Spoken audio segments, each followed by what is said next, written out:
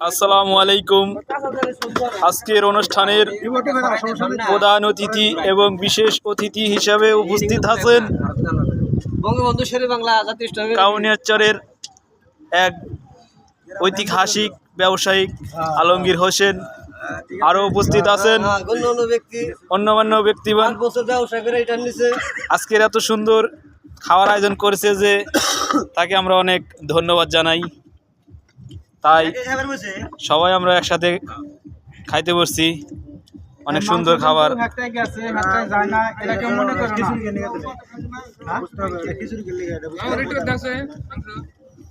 খুবই সুন্দর।